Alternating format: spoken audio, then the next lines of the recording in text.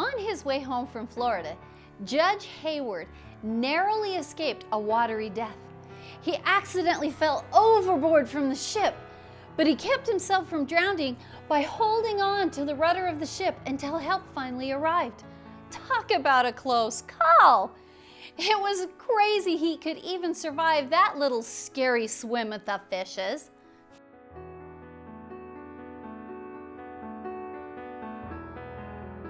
Thomas Heyward Jr. Thomas Heyward Jr. Thomas Heyward Jr. Thomas Heyward Jr. was the son of one of the wealthiest planters in all of South Carolina. Although his father wasn't named Thomas, there was another Thomas Heyward in the family, and so his parents decided to add the Jr. to differentiate the two different family members.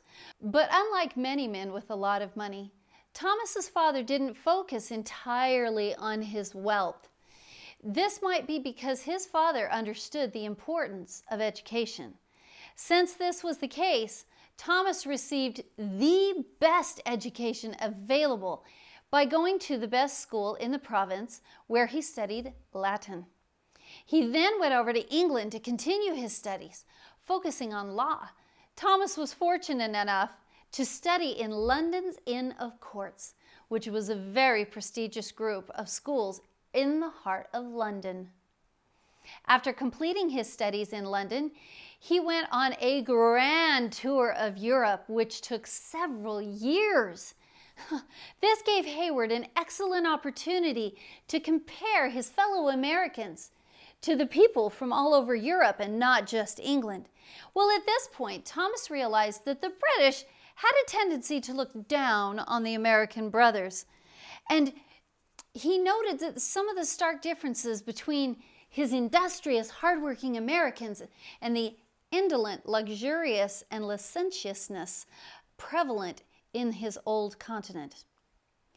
Well, when Thomas returned back to his home, having made these realizations and feeling like he had completed the tour of Europe, he devoted himself to practicing law. In 1773, Heyward married Elizabeth Matthews, who would go on to give birth to 5 children before she died in 1782 during their final childbirth. 4 years later, Thomas married Elizabeth Savage, who gave birth to 4 more children, bringing the total children to 9. In 1775, Heyward was asked to fill a vacancy in the Continental Congress. Well, being a very humble man, he declined at first, but then he eventually came around and he accepted the seat. He was uncertain whether the colonies were truly ready to separate from England, declare their independence, and stand on their own 2 feet.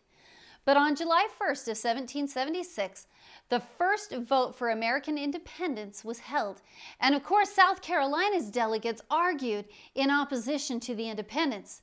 But later, when the official vote was taken, they switched sides and they voted in favor of the independence in effort to prevent a division within the colonies. Well, with that verdict in, the representatives added their signatures to the Declaration of Independence on July 4th of 1776. He was only 29 years old. In 1778, Heyward moved to Charleston and was appointed a judge of the criminal courts. A sense of duty to his country prompted him to accept this responsibility, and soon afterwards, he was called to the painful duty of presiding at a trial of several people that were charged with treason with the British Army. Judge Heyward condemned these people, and their executions took place within the view of the British. He also represented Charleston in the South Carolina legislature, and the rank of captain was bestowed upon him from the state militia. In May of 1780, the British took the city and Judge Heyward was captured and taken prisoner.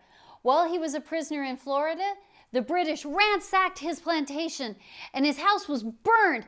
All of his slaves were taken away, and eventually some of his slaves were recovered, but 130 of them were ultimately lost. Judge Heyward remained in Florida until July of 1781, when he was recovered and a prisoner exchange happened. but he still wasn't safe from danger even yet. On his way home from Florida, Judge Heyward narrowly escaped a watery death. He accidentally fell overboard from the ship, but kept himself from drowning by holding on to the rudder of the ship until help finally arrived. Talk about a close call. Well, on July 4th, 1781, Heyward celebrated the young country's independence by writing brand new verses to the British national anthem, God Save the King or Queen. He titled it, God Save the 13 States. Well, the tune was being sung from New Hampshire to Georgia. 8 years later, George Heyward died in 1809 at the young age of 64.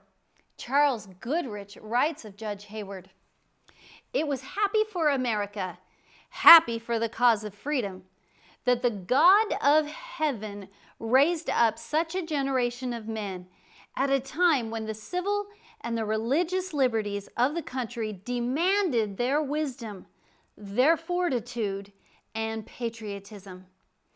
And at that time, too, when, without their existence and without their exalted virtues, the world had never seen so brilliant an exhibition of political liberty, order, and peace as is presented in the government of the Republican American." Judge Heyward proved to be someone who didn't let his family fortune go to his head. Although he came from a great deal of wealth, Thomas used that wealth to further his education, explore the world, and ultimately become a person who our very young nation needed. Instead of just lounging around and spending his family's fortune, Heyward took every opportunity to better himself that he could. Now that is one admirable man.